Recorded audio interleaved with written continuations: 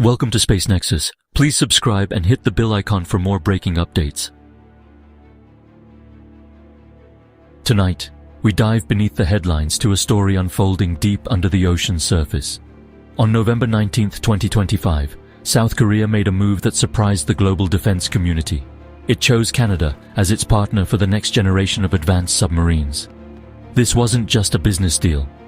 It was a strategic pivot away from traditional European suppliers, signaling a shift in the Indo-Pacific's geopolitical landscape. For decades, Seoul relied on European giants, especially Germany, for its submarine needs. But this time, it looked across the Pacific to Canada. The decision reflects a search for reliable, democratic partners in an unstable world. It's about de-risking, diversifying, and building new networks of trust as old certainties fade. The implications are enormous, not just for South Korea and Canada, but for the entire region. This multi-billion-dollar agreement is more than hardware. It's a vote of confidence in Canadian technology and a strategic alignment of shared values. For South Korea, it's a vital step in national defense. For Canada, it means high-tech jobs and a major role in the global defense market. This deal marks a new chapter in a growing partnership, promising deeper cooperation on everything from critical minerals to clean energy. Why should you care? Because this submarine deal is a barometer of global change. It shows how middle powers are asserting their interests and building new alliances. Tonight, we break down what this deal means, how it happened, and why it matters. To grasp South Korea's decision, look at its history. The Republic of Korea Navy has long needed a powerful submarine fleet to deter North Korea and ensure a second strike capability. Early on, South Korea relied on European expertise, especially German shipbuilders, to launch its submarine programs. These partnerships were successful, but created dependency. As South Korea's own technological capabilities grew, it wanted more than just to be a buyer. It wanted to be a builder and innovator. The relationship with China, though economically deep, was never a military option due to historical tensions and strategic mistrust. China's assertiveness in the region and its economic pressure tactics made Seoul wary. The 2017 THAAD missile defense deployment and China's harsh economic retaliation taught South Korea the risks of over-reliance. By 2025, Seoul was seeking a partner, not just a supplier, someone who shared its strategic outlook and technological ambitions. The old European model was no longer enough, and China was too risky. South Korea needed a partner who could offer advanced technology without political baggage.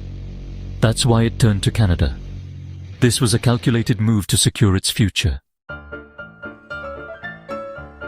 South Korea's pivot to Canada is also the story of a fading European partnership. German firms like ThyssenKrupp Marine Systems once led the way, supplying designs and components for South Korea's early submarines. But as South Korea's ambitions grew, it wanted deeper collaboration and full technology transfer. European partners, protective of their intellectual property, hesitated to share their most advanced technologies. This created frustration in Seoul, which wanted to move from customer to co-developer. The final bidding for the KSS-3 Batch 2 control systems exposed these tensions. European proposals were seen as inflexible and stuck in the old supplier-client dynamic. South Korea was ready for a change, seeking a partner willing to engage in genuine co-development. The reluctance of European firms opened the door for a new kind of partnership. That's when Canada stepped in.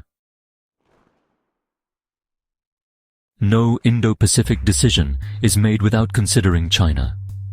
China is South Korea's top trading partner, but also a source of strategic anxiety. Beijing's military buildup and willingness to use economic leverage make it a difficult neighbor. A defense partnership with China on sensitive projects like submarines was never realistic. South Korea's alliance with the US and integration with Western military systems made Chinese cooperation impossible. The 2017 THAAD deployment and China's economic retaliation underscored the risks of dependency. The lesson: diversify partnerships to reduce vulnerability. Choosing Canada was as much about moving away from China as moving toward a trusted ally. By partnering with a democratic, reliable middle power, Seoul reinforced its commitment to a rules-based order. It sent a clear message. South Korea will trade with China, but looks to allies for security. This was strategic calculus at its finest. On November 19, 2025, Hanwha Ocean chose Canada's CAE Inc. to design the control systems for its new KSS-3 Batch 2 submarines. This contract, worth hundreds of millions, is a landmark for both nations. CAE's technical expertise and commitment to technology transfer set it apart from European rivals. The Integrated Platform Management System, or IPMS, is the submarine's brain, controlling propulsion, power, life support, and weapons. By entrusting this to a Canadian firm, South Korea showed immense faith in Canada's technological prowess. The deal builds on the Canada-South Korea Comprehensive Strategic Partnership signed in 2022. Leaders from both countries hailed the agreement as a milestone in deepening economic and security ties. This contract turns diplomatic promises into real-world collaboration. The KSS-3 Batch 2 is a technological leap for South Korea's Navy. These advanced diesel-electric submarines use a hybrid of air-independent propulsion and lithium-ion batteries, allowing them to stay submerged for weeks. The lithium-ion technology, pioneered by South Korea, means more power, longer missions, and greater stealth. This narrows the gap with nuclear submarines, without the cost or political hurdles. The KSS-3's vertical launch systems give South Korea a credible second-strike nuclear deterrent. CAE's control system will manage the complex interplay of propulsion, power, and weapons, making Canada's role central. For Canada, this is a showcase of high-stakes systems integration and a boost for its defense sector. The expertise gained will ripple through Canada's technology and defense industries for years. The submarine deal is a win on multiple fronts. For Canada, it means hundreds of high-skilled jobs and a stronger reputation in high-tech manufacturing. For South Korea, it secures a reliable supply chain and reduces dependence on Europe and China. The partnership strengthens both countries' positions within the US-allied Indo-Pacific network. It also deepens people-to-people ties and sets a precedent for future collaboration in fields like AI and green energy. This is more than a contract. It's the start of a deeper, more integrated partnership. The deal shows that countries can forge meaningful alliances based on shared values and mutual respect. It's a model for international cooperation in the 21st century. This deal didn't go unnoticed on the world stage. In Washington, it was likely welcomed as it strengthens the Indo-Pacific Alliance network without direct US involvement.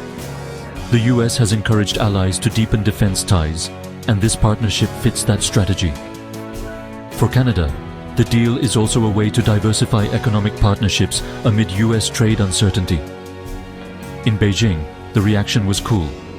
The deal strengthens the US-led alliance network and complicates China's regional ambitions. Chinese officials issued veiled warnings about regional stability. In Europe, especially Germany, the loss was a commercial and strategic blow. It's a wake-up call. In today's defense market, flexibility and true partnership matter as much as technology. European firms will need to rethink their approach to international collaboration. The deal signals a shift in how countries choose partners, prioritizing trust, technology sharing, and strategic alignment. The global defense landscape is changing fast.